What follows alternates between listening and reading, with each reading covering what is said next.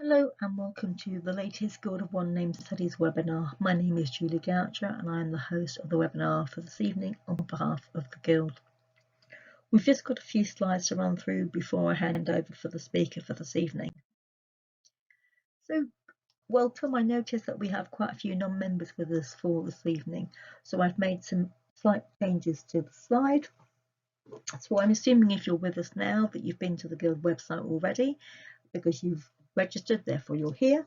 So if you actually look at the Guild's website and you go to the right hand side on that little bit where it says there's a video, you can listen to the explainer video which explains who and what the Guild is.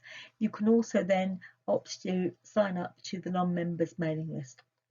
If you are a member and you still wish to sign up to that mailing list, you can do, but you will need to scroll down a little bit. It's a bit further down the page if you are a Guild member.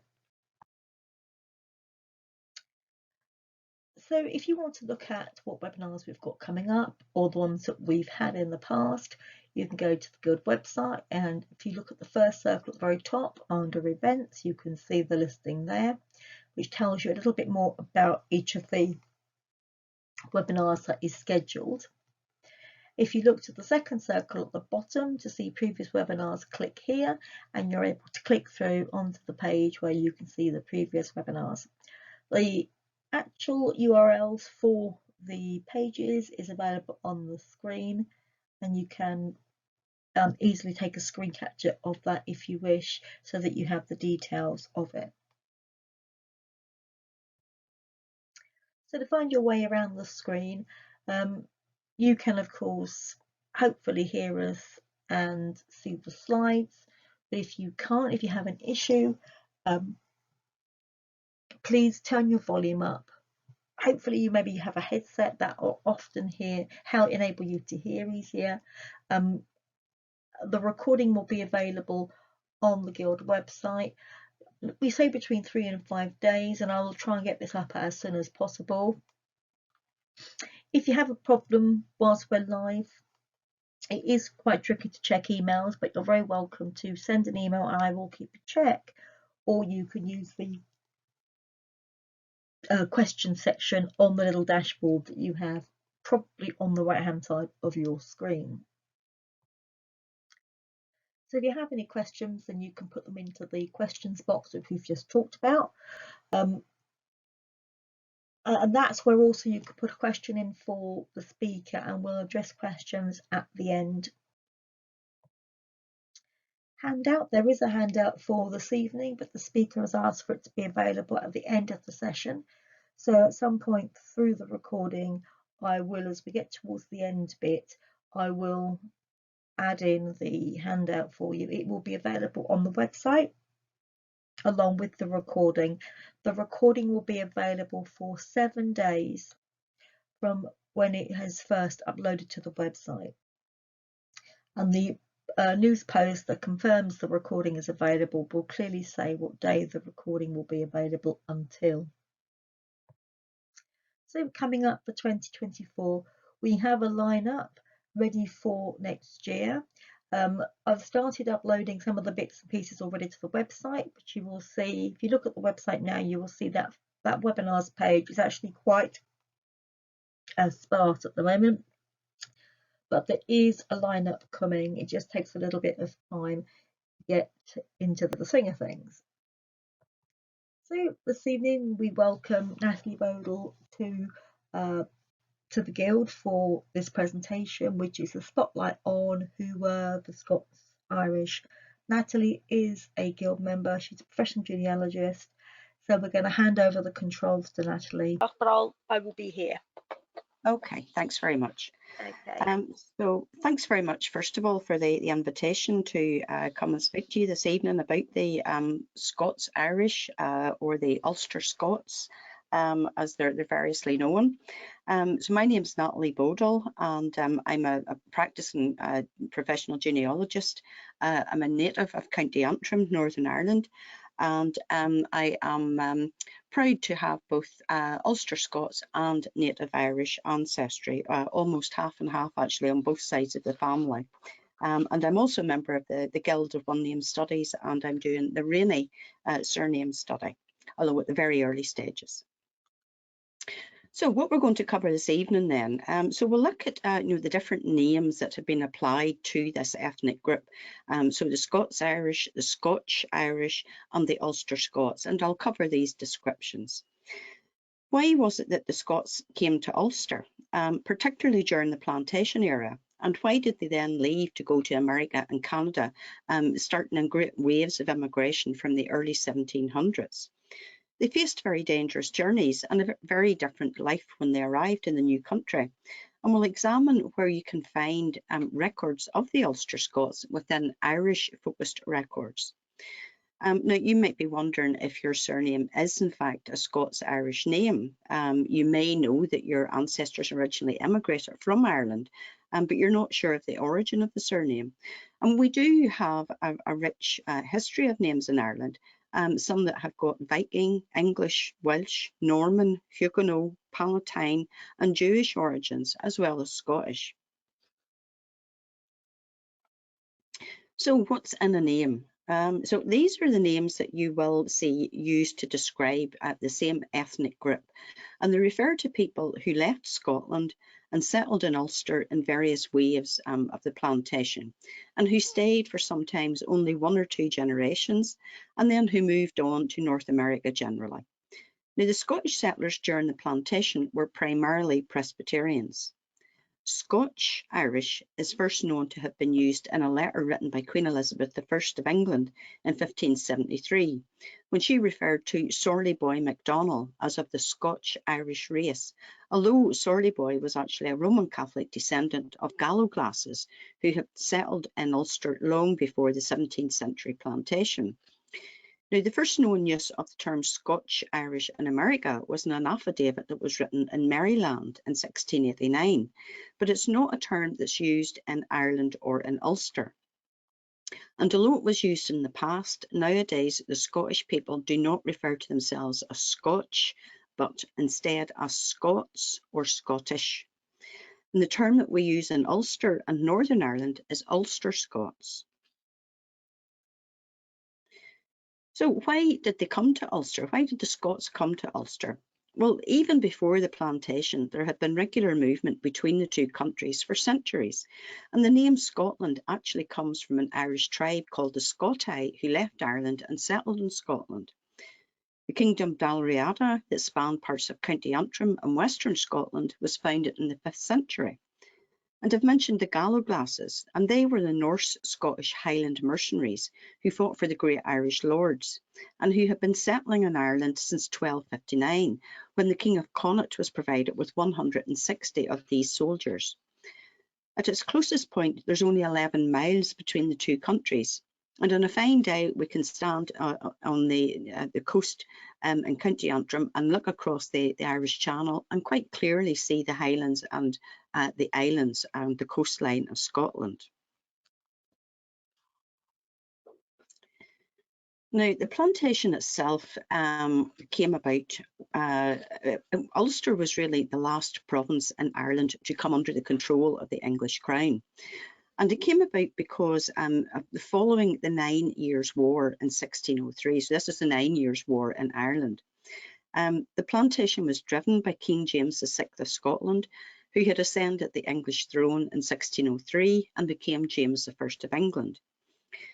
On the 14th of September 1607, a small ship departed from Rathmullen in County Donegal, and it carried the chieftains of some of the leading Gaelic families in Ulster, who included the O'Neills and the O'Donnells, who were seeking refuge in Spain. Consequently, their lands were confiscated and parcelled out to new landowners of Scottish and English origin, and they were called undertakers. The counties of Armagh, Cavan, Coleraine, which was renamed Londonderry, Donegal, Fermanagh and Tyrone were parcelled out to these undertakers, who were expected to colonise their land with 10 families or 24 men, to build a fortified house and be capable of mustering men and weapons for every 1,000 acres they were granted. Now, counties Antrim, Down and Monaghan were not included in the official plantation, Parts of Antrim and County Down were privately planted by James Hamilton and Hugh Montgomery, who were two Scots who had acquired large tracts of land that was formerly owned by Con O'Neill, one of the Irish chieftains. Large swathes of County Antrim was owned by Randall MacDonald, who was a descendant of Sorley Boy, who I've already mentioned. And Randall was a Scottish Catholic who invited Lowland Scots to settle his land. And he contributed to the rebuilding and repair of churches to encourage Protestant Scots to come. Many of those who came in this early wave were tenants of the undertakers on their estates in Scotland, England and Wales. So there certainly were English settlers as well, English and Welsh settlers that came during the plantation. So, and you can see the influence of different origins in the 1630 muster rolls, because these muster rolls were compiled in the 1630s, and because men had to be mustered and counted with how many weapons they had for their defence of the land. So, for example, North Antrim, North East Down, East Donegal and North West Tyrone were heavily populated by Scottish settlers. County Londonderry, South Antrim had a majority of English settlers. And parts of the country remained mostly unsettled, including large areas of Donegal, South Armagh, Mid-Tyrone and Mid-Londonderry. The more mountainous areas were almost exclusively Irish. Sir Arthur Chichester, who was the Lord Deputy of Ireland from 1605 to 1615, was born in Devonshire in England, and he received a grant of the entire barony of Inishowen in Donegal, and also land at Dungannon in County Tyrone. Nicholas Bagenal was an English soldier who was granted the lordships of Newry, Mourne, Carlingford and Cooley, and he married into an aristocratic Welsh family. Under his influence, the area around Newry developed a distinctly Welsh character. And then you had the border reivers. So the borderlands between Scotland and England had been a lawless and violent area, and the border clans feuded with each other, and they inflicted slaughter, destruction and misery on their more peaceful neighbours. So when James VI of Scotland ascended the English throne, he determined he was going to pacify this region. So many of the reivers were outlawed or sent to the gallows or had their land confiscated. And a large number of the Grahams, who was one of the riding clans of the borders, were transported to County Roscommon, but they didn't settle there, and many of them drifted to Ulster. Other of the borderers fled the repression that they were suffering, and they settled in counties Fermanagh and Donegal, where many of them became farmers. And some of the prevalent names that you'll see amongst, from the border reivers are the Johnsons, the Armstrongs, the Elliots and the Beatties. And although the plantation of Ulster commenced in the early years of the 17th century, there were also waves of settlement in the 1650s that was encouraged by low rents following the Cromwellian Wars, and in the 1670s following Covenanter disturbances in Scotland. In the 1690s, following the Williamite War, there was a fresh influx of Scots due to a harvest crisis there. So this continued into the 18th century, and in 1714, Hugh MacMahon, who was the Catholic bishop of the Diocese of Clogher, noted that the Scottish Calvinists were arriving daily in large groups of families, and they were seizing lands in the richer parts of the country and expelling the natives. So you can see from this map where the Scottish undertakers had their estates in Ulster.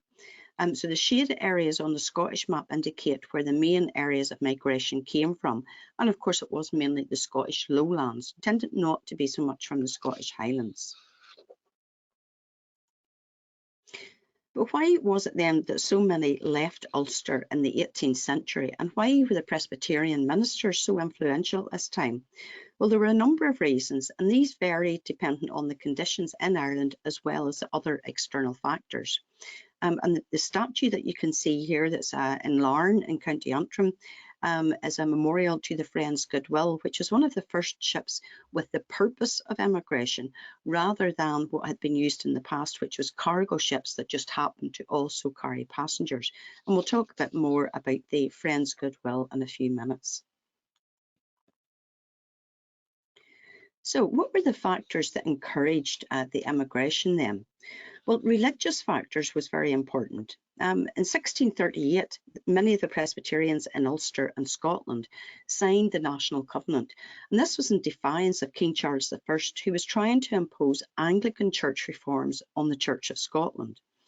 In 1639, there had been an attempt to impose the signing of the Black Oath on all Ulster Presbyterians above the age of 16, and the Black Oath renounced the National Covenant.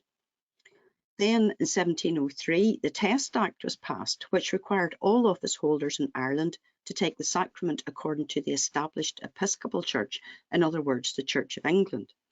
And as a result, many of the Presbyterians who held posts as magistrates in cities and towns like Belfast, Londonderry, Lisburn and Carrickfergus, and who exercised civil duties, were automatically disqualified unless they renounced the dissenting Calvinistic faith of their forefathers in Scotland. Presbyterian ministers were turned out of their pulpits and were unable to sanctify marriage. In some parts of Ulster, people were not permitted to bury their dead unless an Episcopalian officiated at the funeral and read the burial service of his church.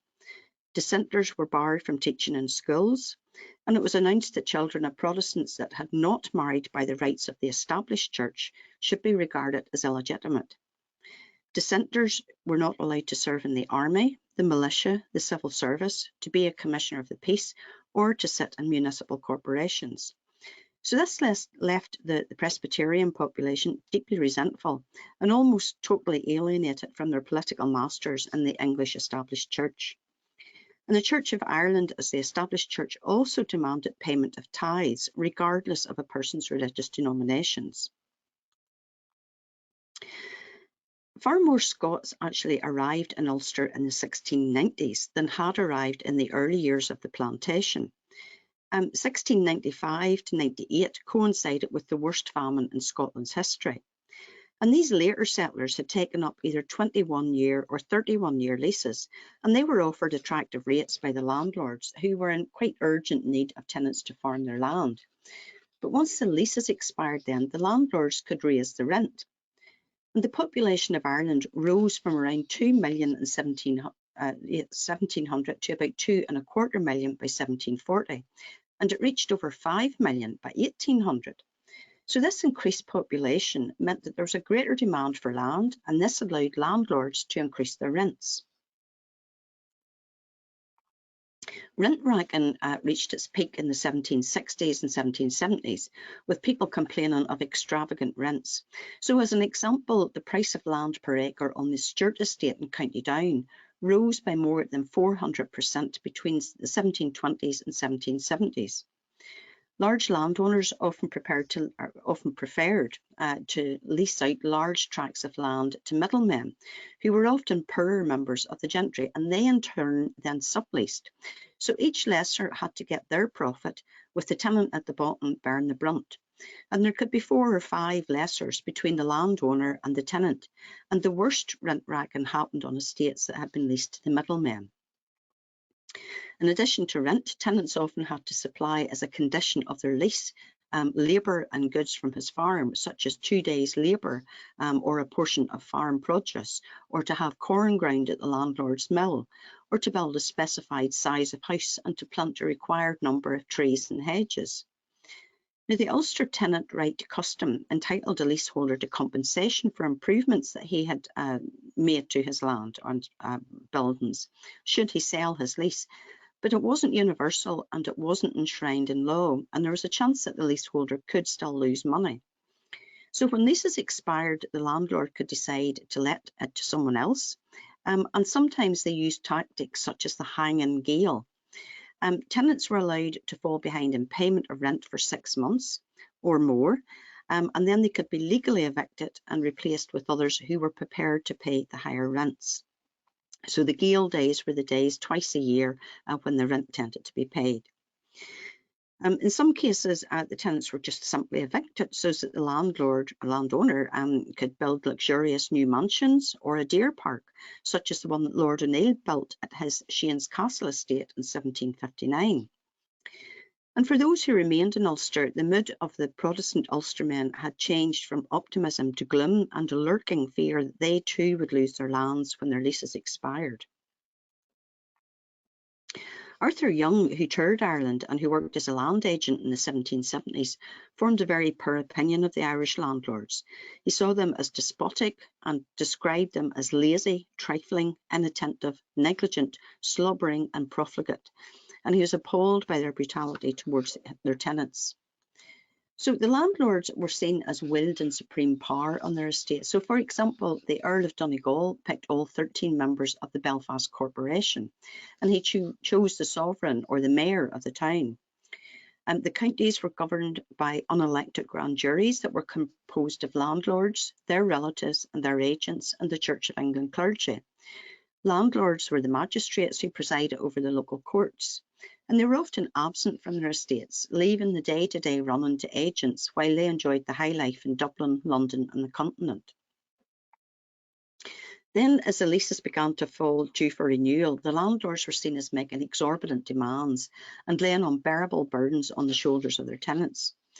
On the 23rd of December 1770, the resentment caused by rent racking and evictions reached boiling point, when at least 1,200 angry farmers gathered at Temple Patrick and set off for Belfast, armed with pistols and pitchforks. They called themselves the Hearts of Steel, and they reached the army barracks in North Street, intending to force the release of a prisoner who was being held on a charge of maiming cattle. The soldiers opened fire, killed 5 and wounded 9. Now, the Hearts of Steel later merged with another group called the Hearts of Oak that had been formed for the resistance of paying the cess, which was a tax that was imposed by the grand juries to pay for roads and bridges. And the grand juries had recently increased this tax. In March 1772, the Hearts of Steel issued a proclamation blaming the heavy rents that had become so heavy a burden and that they were unable to bear it. The government response was to crush the risings by deploying soldiers and sending those caught for trial and hanging many. Some drowned while they tried to escape to Scotland in open boats.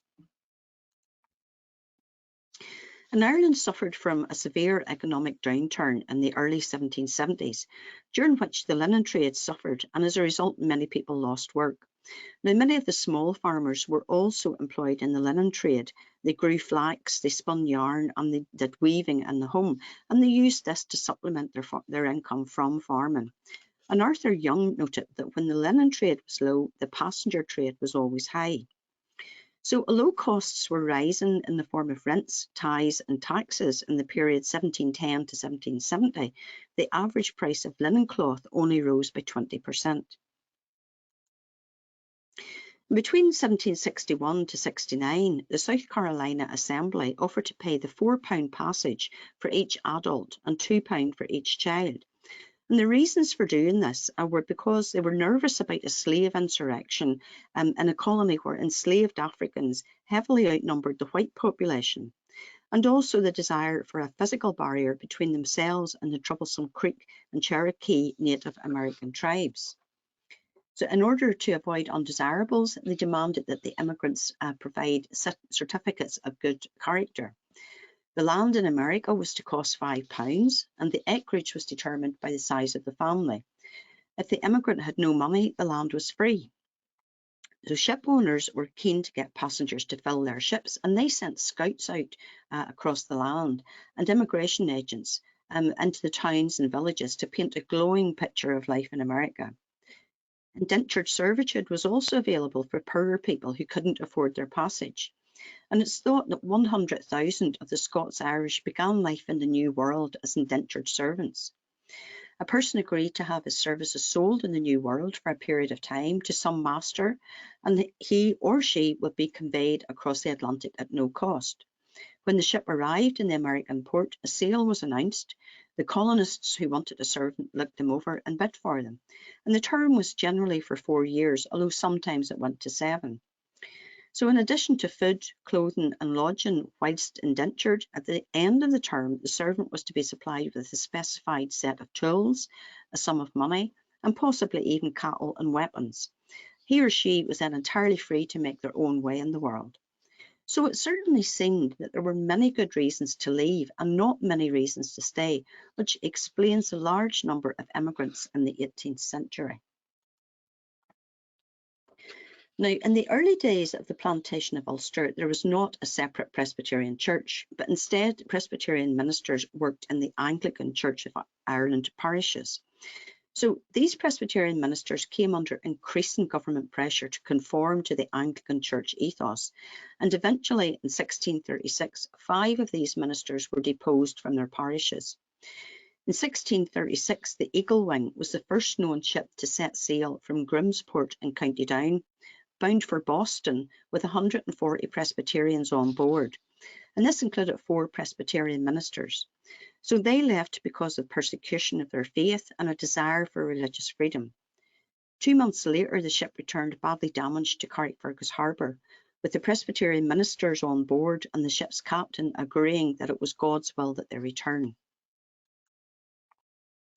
In 1683, the Reverend Francis McKemmy emigrated to America from Ramelton in County Donegal, and he organised the first American presbytery and founded the Presbyterian Church in North America. And in the 18th century, there were considered to be 5 great waves of immigration from Ulster to America. 1714 to 19 saw a drought in Ireland that ruined crops, curtailed the supply of flax, and meant that the cost of food soared for townspeople. In 1716, the sheep were struck with a disease called rot. Severe frosts over northern Europe during the same decade crippled the supply of food. And in 1718, smallpox epidemic raged over Ulster, while the following 3 years brought fevers in the winter months. In May 1717, the first known emigration ship set sail from Larne, County Antrim, to Boston. So this was the Friends of Goodwill. And they set sail on a difficult and storm-tossed journey that took 3.5 months. It's thought that 5,000 people departed Ulster for the American colonies in 1717. And in 1718, 11 Ulster Presbyterian ministers had petitioned the Governor of New England for a grant of land, and that summer 5 ships left Derry Quay for Boston. So they were led by the Reverend James MacGregor of Achadue, who brought 900 people from Londonderry, McCoskin and Coleraine, and they would settle at New Londonderry in New Hampshire, and their story and their names are well documented. So there's an estimated 400,000 people who perished in the Irish famine of 1740 to 41, and this led to the 3rd great wave of immigration. 1754 to 55 saw a drought in Ireland, and immigration was encouraged by appeals from those who had already settled in America for friends and family to join them in settling the new lands of Virginia and the Carolinas. In 1771 then marked the culmination of high rents, unemployment, evictions from land and rising violence. As the economy became more and more difficult for the Presbyterian tenant farmers, ministers such as the Reverend William Martin began to speak out. Tradition maintains that Martin preached a sermon denouncing the plight of the tenants who faced high rents and the agents of absentee landlords. And from his pulpit in Ballymoney, County Antrim, he declared that enough was enough. So Martin proposed that his entire congregation combine resources, commission ships and migrate to America. In 1772, he commissioned 5 ships that took around 1,000 people from ports in Ulster to Charleston. It's thought that in the region of 120 to 180,000 people emigrated from Ulster to America in the 1700s. And during this time period, Presbyterians were by far the most numerous religious denomination. So of course these people left family and friends behind. And the immigrants sent news back home, telling their loved ones about the new life that could be made, with plentiful, fertile land and freedom of worship. Each wave of those who left made it easier for others to follow. And it's thought that the Ulster-Scots descendants in the United States now numbers up to 20 million. Now, can you imagine having lived in a quiet rural location in Ireland, perhaps never having ventured further than the nearest market town, to be met with the dangers of the journey and then to arrive in a strange land filled with different nationalities, food, climate, customs, law and wildlife, and then to try and build a new life? This letter from a son to his father who remained in Carrickfergus clearly shows the dangers encountered by the emigrants, detailing the fever on board the ship and the deaths of his children who were buried at sea. And this letter, along with many others, can be found on the DIPAM website, and I will refer to this later. And DIPAM, the reference for that is also in the handout.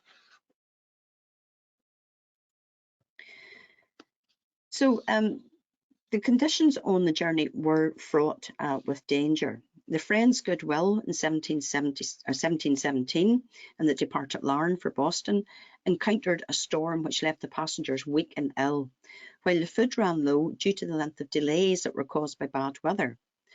Provisions had been obtained from another vessel encountered en route, but food was still nevertheless being rationed and running low, as was the fresh water.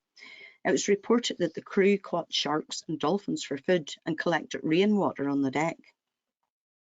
Things were so bad that lots were drawn as to who would be eaten first, but thankfully they arrived in Boston Harbour 3.5 months after leaving Larne Harbour. In the 18th century, the most commonly used type of ship was the three-masted bark, in which the full paying passengers were housed on the poop deck, and those paying part of the fare or no fare at all travelled in an area under the main deck, usually reserved for cargo. Often it wasn't even high enough for someone to stand up in. So the passengers lived, slept and ate in these cramped conditions. Hygiene was barely existent and often food was scarce and of poor quality. So you can imagine the stench in this area, with people being ill due to seasickness and the poor sanitary conditions. Disease was common and there were often smallpox outbreaks. On arrival in the American ports such as Charleston, passengers were quarantined if smallpox was found on board. Sullivan's Port at the mouth of Charleston Harbour was sandy, hot and barren, with mosquitoes and sandflies that bit the legs below the knee. When they were finally allowed into Charleston, the immigrants from rural Ulster must have been in awe at the sights they encountered. They found a pretty town with regular streets and good buildings made of brick and wood, with a strong fort to protect the town. There were churches for the French and meeting houses for the Presbyterians, the Dutch and the Baptists. The town was busy and the people were described as polite. There were about 4 black people to every white person, and most of them were enslaved. Some of the churches owned slaves and hired them out for money. For those that were granted land, it had to be cleared at the rate of 3 acres in every 100 each year. So this was hard physical work, and even the youngest children had to do their bit. The families lived in tents until they were able to build a cabin, usually starting off with a 1 room, a dirt floor and shutters, but no glass in the windows. And the crops they grew were very different to those grown at home: Indian corn, indigo, rice and cotton. Game was plentiful. There was black bear, raccoon, turkey, pheasant, deer, wild geese and pigeons, as well as fish from the river.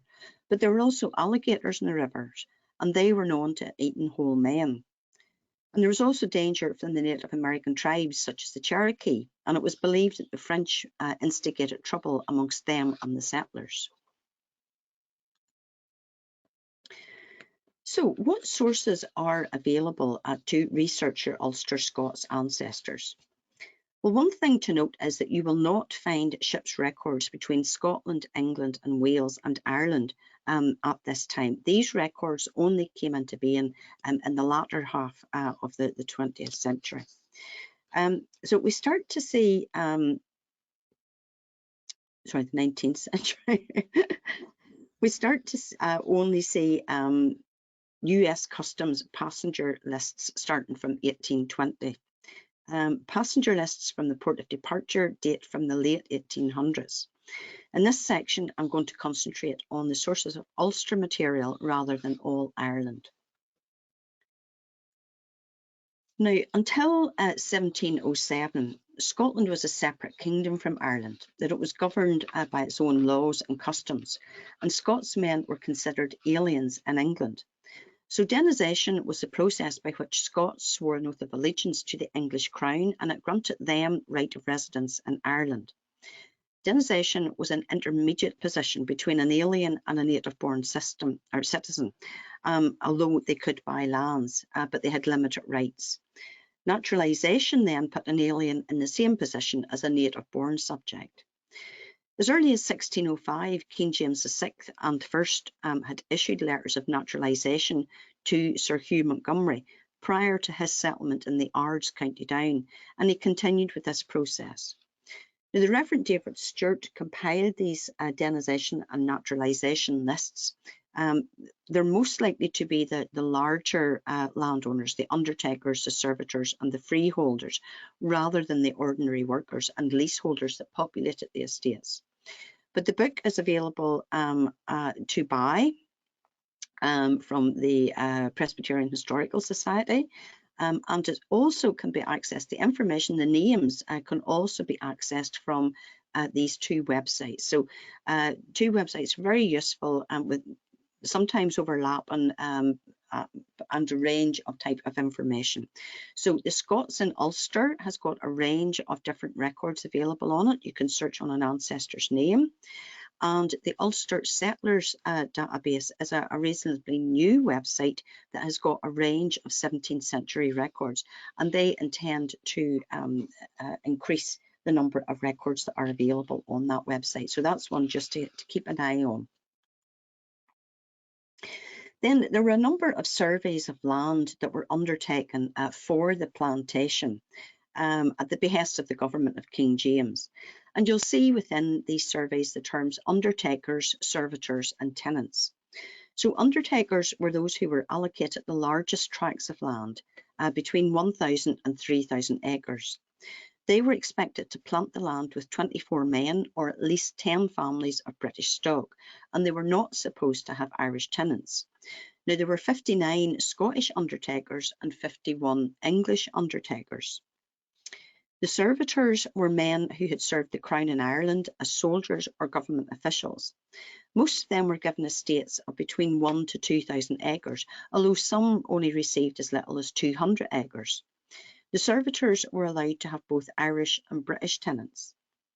And then in each 1,000 acres, the undertaker was to reserve for himself a domain of 300 acres. The remaining 700 acres were to be divided up between freeholders, leaseholders, and at least 4 families of husbandmen, artificers, and cottagers. So the surveys were undertaken at various stages of the plantation to determine its success or otherwise, and to gauge the progress that had been made in settling the land. Some are much more detailed than others, while George Carew's survey of 1611 was done so quickly that not every portion was visited, and indeed the whole of County Cavan was missed out for that survey. The detail varies, and you'll mostly see information about the undertakers and the servitors. However, in some cases you will see information about tenants and the leases they held, such as in Pinar's survey. So I'm just going to hopefully share my screen with you. And oh no, wrong one.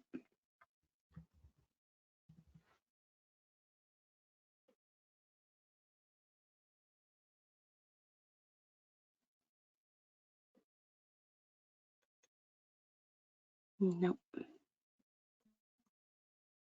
Oh, right. Hopefully you can see that. Julie, can you let me know if you can see that book there, please?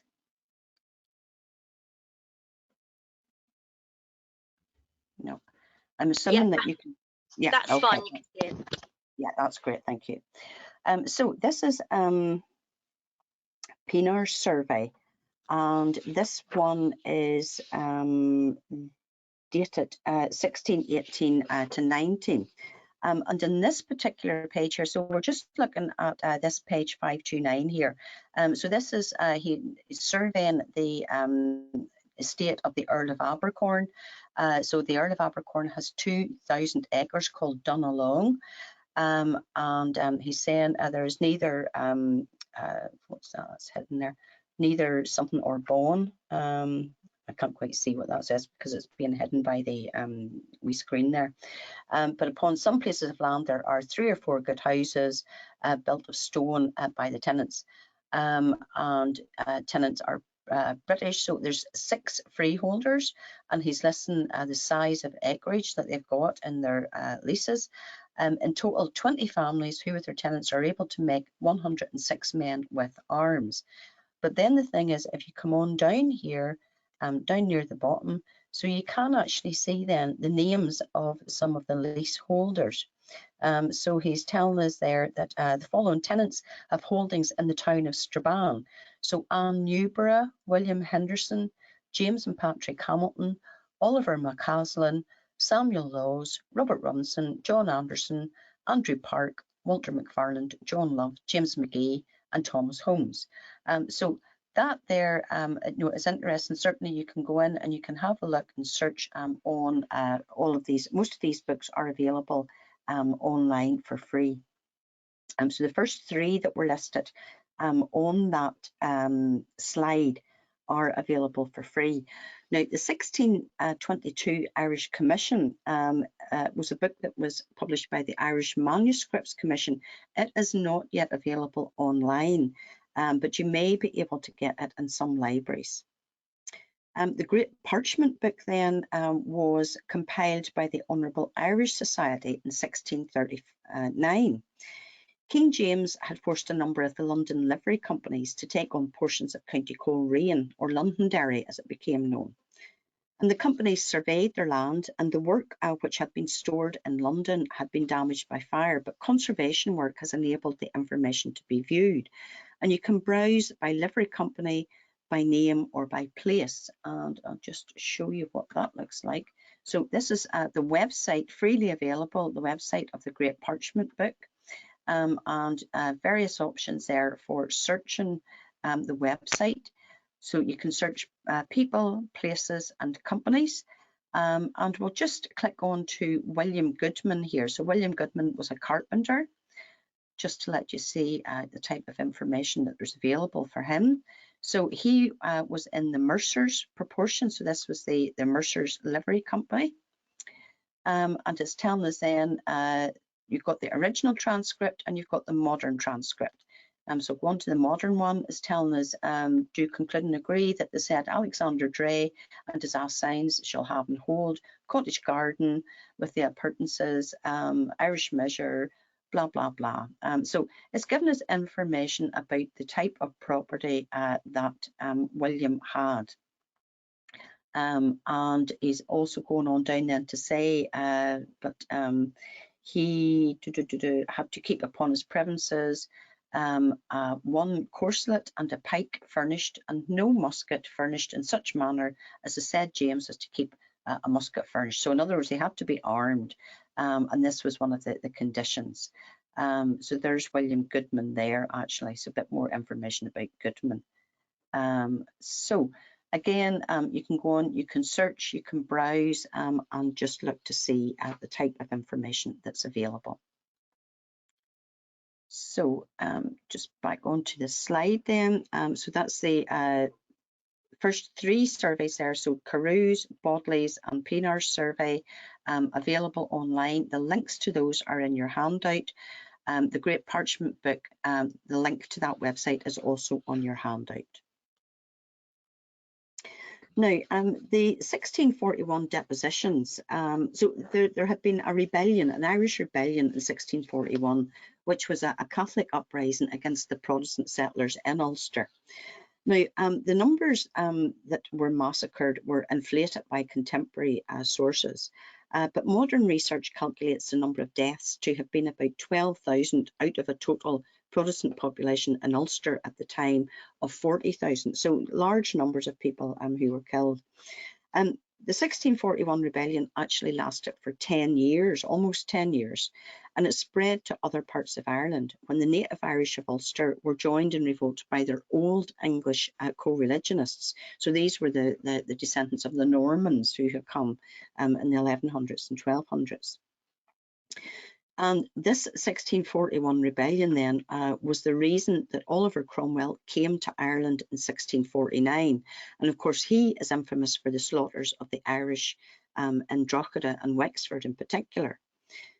The 1641 depositions are witness testimonies, mainly by Protestants, but also by some Catholics from all social backgrounds.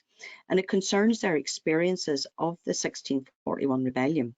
So the testimonies document the loss of goods, military activity, and the alleged crimes that were committed by the Irish insurgents, which included assault, stripping, imprisonment, and murder.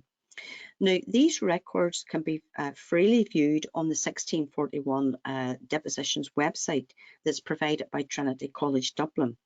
You can search by name or by county, you can browse, and you can view the original, or you can view the transcripts of the records. So here we have an example of the transcript. So Elizabeth Moore, late relict or widow of Nicholas Moore, etc., etc. So she goes on down then, and said that her neighbours were out of Mr. Archdeacon Maxwell's house and outhouses, where many Protestants were in the beginning sheltered by him, relieved, etc., etc. So that again is freely available, and that is on your, the link to that is on your handout. So Oliver Cromwell then, whenever he came to Ireland and he was successful in his conquest of Ireland, it was complete then. The Cromwellian conquest was complete by 1652. But the money to pay for the army that came to Ireland was raised on the security of 2.5 million acres of land that was to be confiscated from those who had opposed Cromwell and supported the Royalists. So Cromwell's soldiers were to be allocated confiscated land in lieu of wages, while those who were dispossessed were transported to Connaught or other countries, such as Barbados. The Civil Survey of 1654 to 56 was then a survey of the land holdings in Ireland, and it was carried out by barony, and the surveyors took depositions from the landowners and compiled written descriptions of their boundaries. So it covered 27 of the 32 counties in Ireland, excluding 5 counties in Connaught that had been covered by an earlier Stafford survey in the 1630s. So the Civil Survey's purpose was to survey the land that had been deemed forfeited and that could be available for allocation to the Cromwellian adventurers. Now, the original records were destroyed by fire in 1711, but copies of 10 counties were discovered in the 19th century. In Ulster, that includes counties Londonderry, Tyrone and Donegal. This book is freely available on the Irish Manuscripts Commission website. They have a number of books that are freely available for download that are out of print. And we can see from the excerpt here that the tenants of Sir John Cunningham and Lieutenant Colonel William Cunningham are named as Robert Boyle, James Lennox, William Lennox, Hugh Thompson, Mrs. Fleming, Robert Young, James McKee and James Cook. So again, you know, you've got not large landowners, but they're tenants on land. Now, the Civil Survey then fed into the Down Survey of 1655 to 56, which was compiled by Sir William Petty. He mapped Ireland and he produced barony and parish maps. The difference between the Civil Survey and the Down Survey is that the Civil Survey areas were estimated by jurors, whereas the Down Survey lands were measured by trained surveyors. In some of the parishes, the names of the householders are shown. The Down Survey has been published by Trinity College Dublin and it's freely available on a dedicated website. And I'll just show you what that looks like.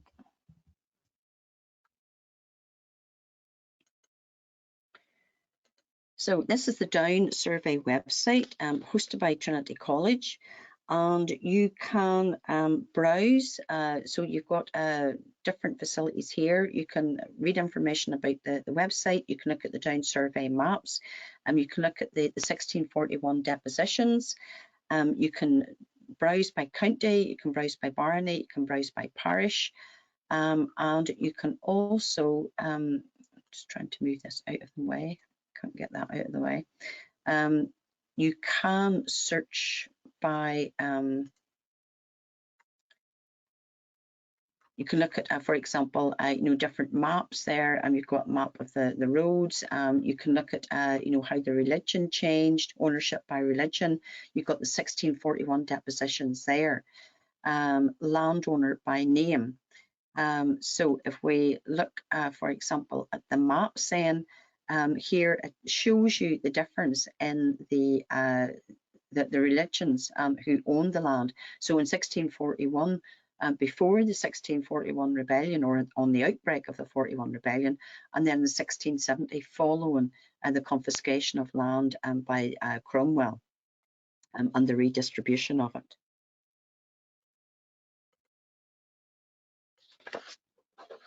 So some of the other records then that are available, Pender's census was compiled in 1659. So this was also compiled by Sir William Petty, who had compiled the Down Survey of 1655.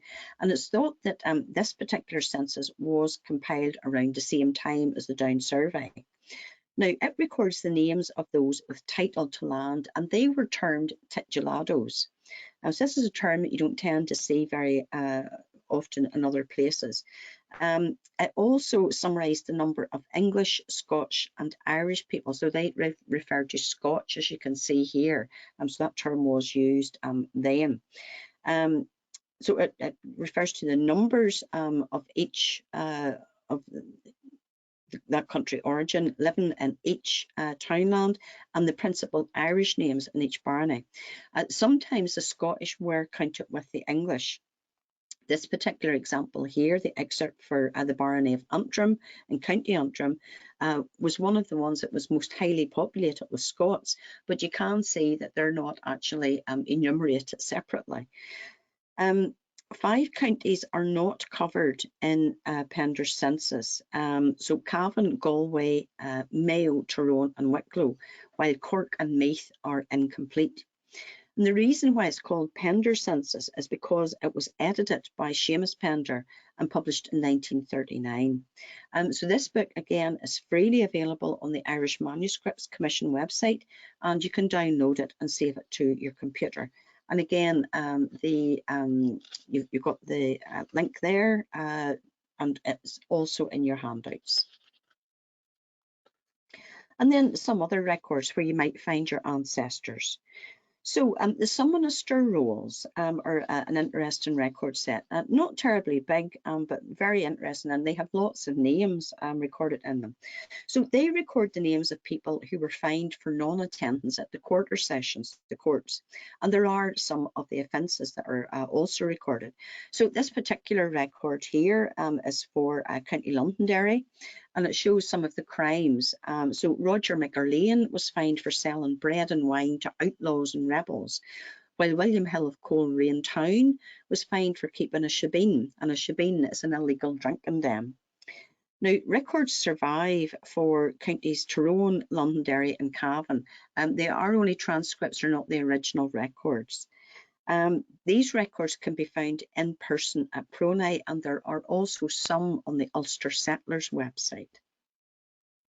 And then you have the hearth money rolls. So in the 1660s, the government introduced a hearth or a tax on hearths as a means of raising revenue. 2 shillings had to be paid on each hearth, and the rolls list the head of households as well as how many hearths they had.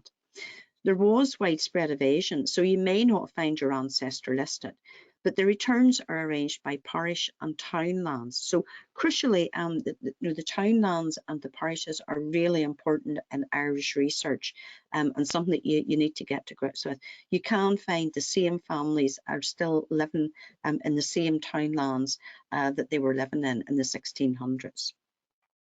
So records for the hearth money rolls survive for half the counties in Ireland. Coverage is most complete in Ulster, in full or in part for all counties except for County Down. The surviving hearth money rolls for Ulster are found in person at Pronay, and they're also available on the Scots and Ulster website.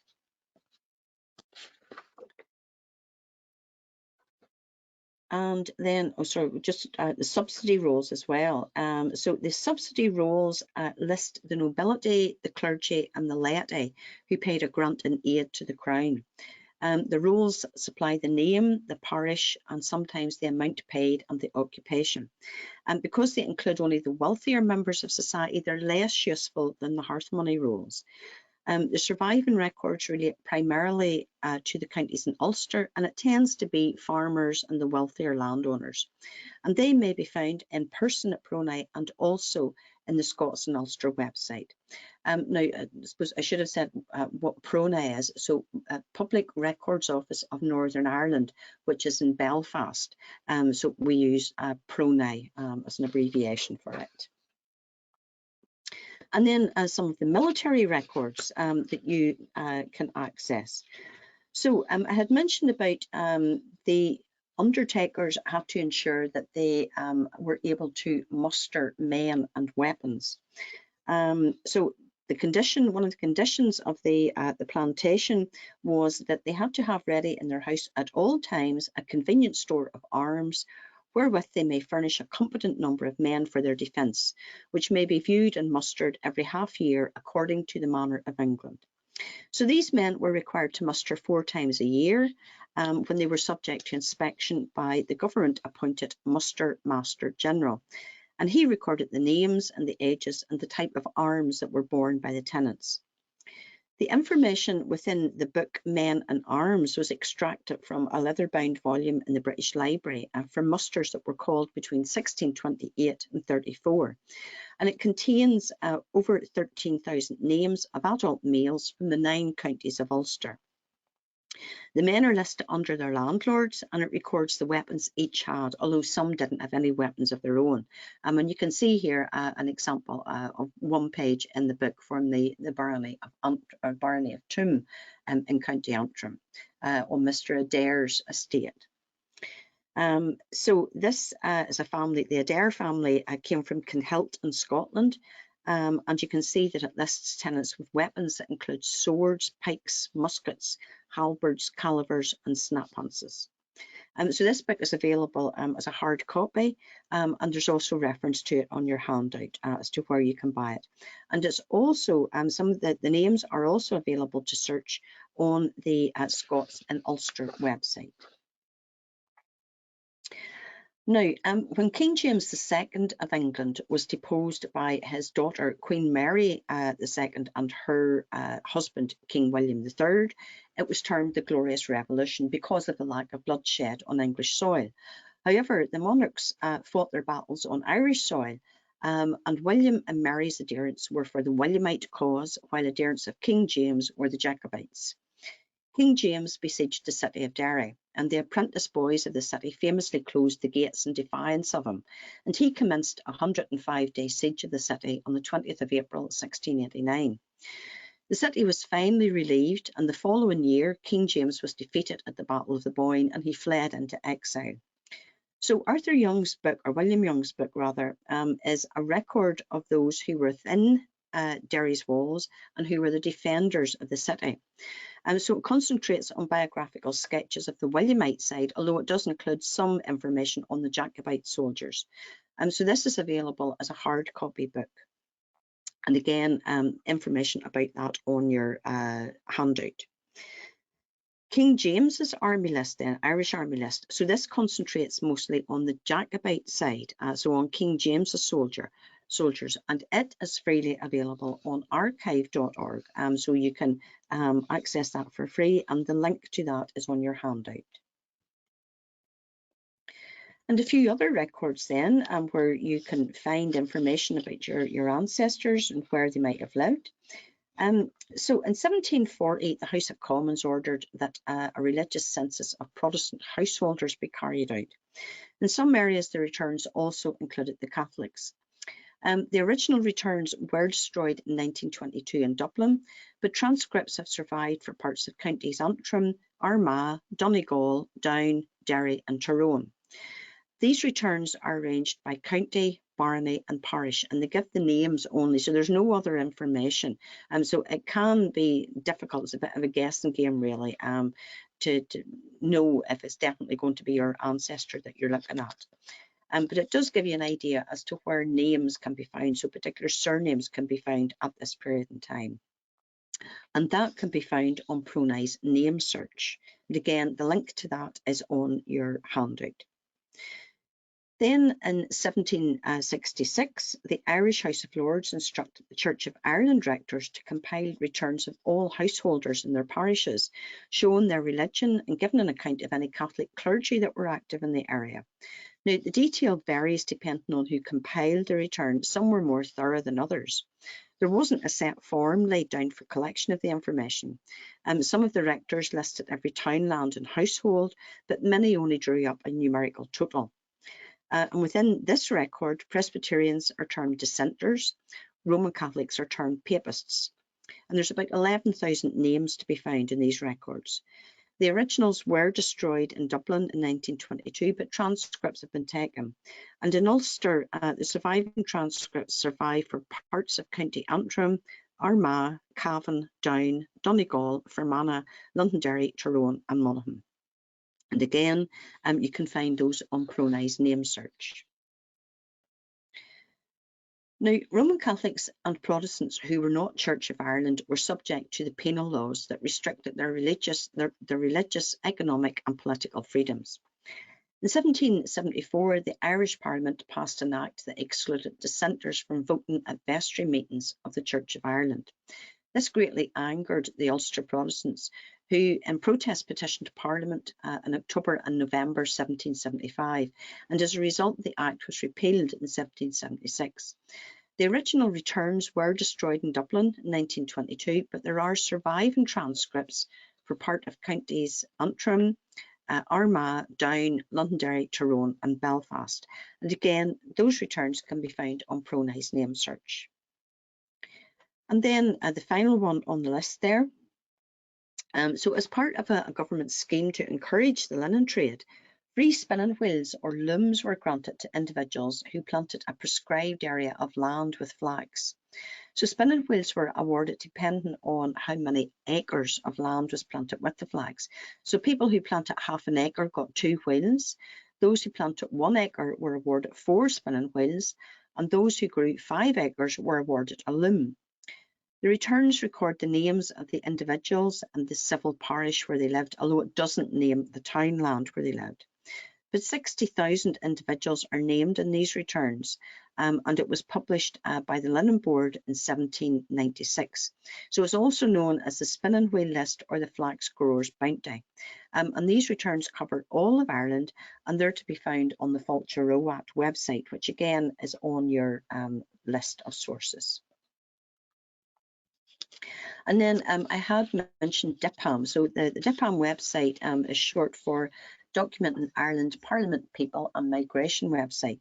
And they have got in excess of 33,000 documents that includes records that were created by private individuals. It includes letters, diaries and journals written by migrants, as well as other letters that throw light on immigration. There's newspaper material that includes advertisements for immigrant shipping and reports on immigrant shipping. Births, deaths and marriages of those overseas are to be found in the newspapers, and there are also interviews with people who immigrated from Ulster. So that's on the DIPAM website, and again that is freely available. And then we have the Discover Ulster-Scots website. So they have a lot of information about the history, the culture, and the language or the dialect of Ulster-Scots, as well as a resource library where you can download various information and booklets, all freely available. And some of the books, so this is just a small sample of some of the books that you will find that name migrants when they reach the New World.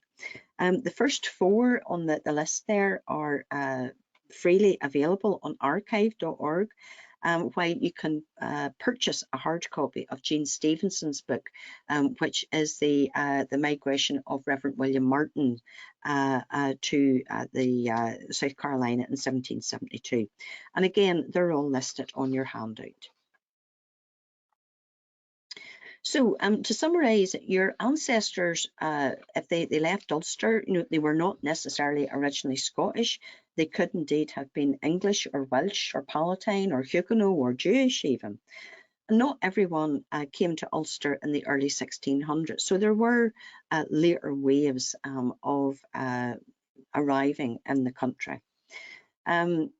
So the larger landowners who came from the aristocratic families, of course, tended to generate more records, and as such, they are easier to trace. If your ancestor was a small leaseholder or a tradesperson, such as a cooper or a carpenter or a tanner, it might be more difficult to find a record for him. And certainly just labourers on land are certainly more difficult to trace. Records that have been destroyed, such as church and census records, can mean that there are gaps where it's difficult to prove the link between different generations. However, if you use the different records that I've suggested here, And if you can trace residence in a particular townland, that can help you to join the dots, because the townlands in the parishes, as I was saying earlier, are very important. Do be aware, though, that names were often spelled phonetically, and they can be spelled quite differently to what you would expect, and differently to nowadays. Place names can also be spelled differently too. So do be prepared to search with alternative spellings, and where possible, use the wild card or the asterisk as far as possible to help you with your searches. So hopefully you found that helpful, and hopefully the sources provided will be useful for you. And I wish you good luck with your searching, and I'm happy to try and answer any questions that you might have.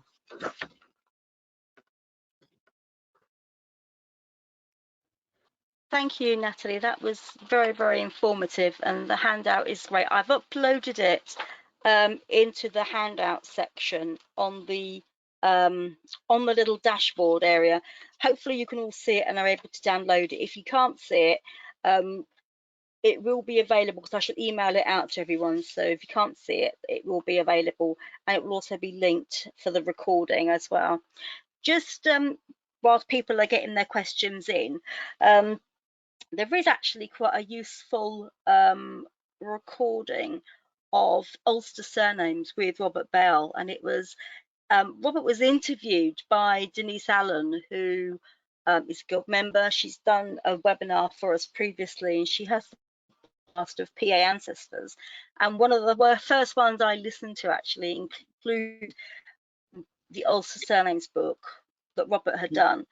I'll try and remember to put a link with the posting when I upload the recording, so that you've got a chance to have a look at it if you're interested. There's been a question that's come in. So I've just opened the wrong bit now. Here we go. So someone has asked, what's the name Reivers mean? Sorry, say that again. What does what mean? The name mean, as in the Scots Reivers. Oh, the Reivers. Oh, sorry. Yeah. Sorry, you're breaking up. You're a wee bit distorted there, Julie. Sorry. So I didn't quite catch you. So yes, the border reivers. So they reived the countryside. So it's just a term for them. So they were, I suppose you could maybe call them professional thugs. But they go by various names. So the border reivers, the riding clans, the steel bonnets. So they've got various names that refer to them. But the reivers were really just, it was a term that, you know, because they did create mayhem, you know, in the countryside. That was just a term that was used for them. Yeah, okay. And there is, of course, I mean, I live in County Durham, which is obviously not that far from the border with Scotland, and there is an event that happened. I think it happens about the end of March time, around the Reivers, and people with their family names get together. And I know the Guild's been an event previously. I don't think we went this year. I think it might have been last year. Yeah, I think it was probably last year. And it's an interesting event to go to, because I think you just have that, just about being there and taking part, I guess, is probably what I'm trying to say. And it may well be that the Guild will be there again at some point in the future. I don't know, but it's an interesting event to go to. There hasn't been any other questions. Oh my goodness, I stunned them into silence, have I? Yeah, I think you have. But I tell you, just having listening to you and going through the handout, some of those available material, you know, the spinning wheel, is it 1796? I think I've written down here. Was it? That's right. Was this just about getting money in? Is this what it's all about? Just taxing everybody? No, the spinning wheel premium wasn't a tax. So the spinning wheel premium was a grant, really. So because the linen industry was so important in Ireland, yeah, and the government was keen to promote it. So this was to encourage people to plant flax And then the hope was then that they would grow the flax, they would harvest the flax, and then they would spin the yarn and weave in their own homes. And home weaving for the linen trade was very, very important. So certainly before large scale industrialization, the majority of the linen webs were actually produced by home weavers, not in factories. So yeah, hugely important, as I said, was to try and promote that linen industry. Yeah, I think it's like with lots of things, isn't it? Where, we walk for leisure now, but 200 years ago it was necessity. You didn't have a horse or a cart or something, you had no choice but to walk. And I suppose it's the same, isn't it? We think about sewing as being a leisure activity that we do now, whereas in the past you either did it to earn some money, or you were a lady of a certain social class, and therefore you were able to fill your mind with stitching and tapestries and so forth. So I suppose it's just a sign of the time, isn't it, in terms of what's available. And I'm always amazed at some of the things that we have records of, it's spinning wheels. I've done something recently around Russian research, and there's actually a beard tax, for example, that was the records of the beard tax is still available when you think about all the activity there's been in sort of Russia and so forth, and yet they still have the actual documents have survived. So it just goes to show that sometimes things survive, and they are the bizarrest things possible. Whereas this is actually quite a nice thing. You think about people beavering around, but actually they wouldn't have earned that much. And I'm guessing it would have been piecework. Yeah, and it was very much piecework, and it was generally a supplemented, small farming. So, they maybe had maybe an acre of land, maybe 2 acres at most, and that was to support quite large families as well. So, yeah, it wasn't an easy life. Yeah, well, me waffling for a little bit has managed to get us a question, which is excellent news.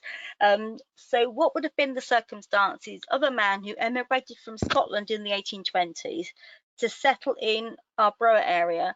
He was a labourer upon arrival. To settle in which area? Now, it could be that I'm just not saying it right. Argyll, A-H-O-G, Hill, H-I-L-L. Oh, a hochel. Area. Oh, is that how you say it? Okay. That's a hochel. A hochel's a village just a few miles from where I am now. Yes, so I mean, there could have been many reasons. There was an awful lot of movement backwards and forwards. It could have been that he had maybe met an Irish girl. Maybe she had gone over for the harvest, because a lot of Irish people went over to Scotland in the early 1800s to do the harvest. So they would have went there to stay, and they'd have done that work, and then they would have come back home. So maybe he came over to be with a girl that he met. Maybe he had family over here, so maybe he came to join them. Maybe he was, in a bit of trouble and getting out of the way in Scotland.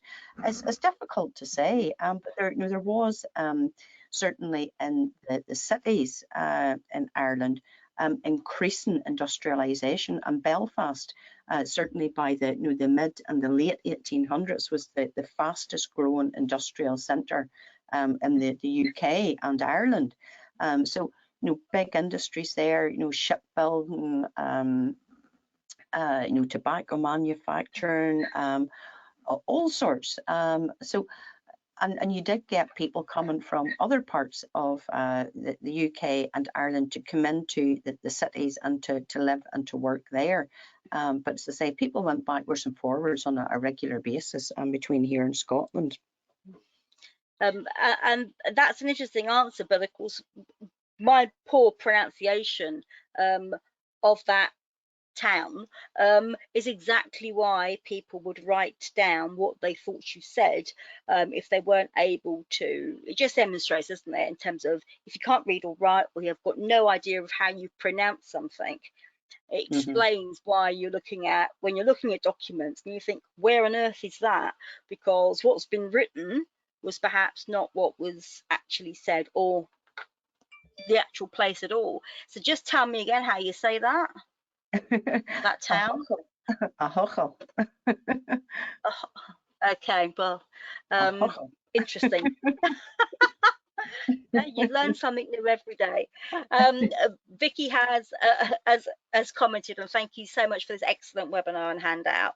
Such a wealth of information, and absolutely, yeah, it's a really great handout, and I think it's a really good opportunity for people to listen again to the recording.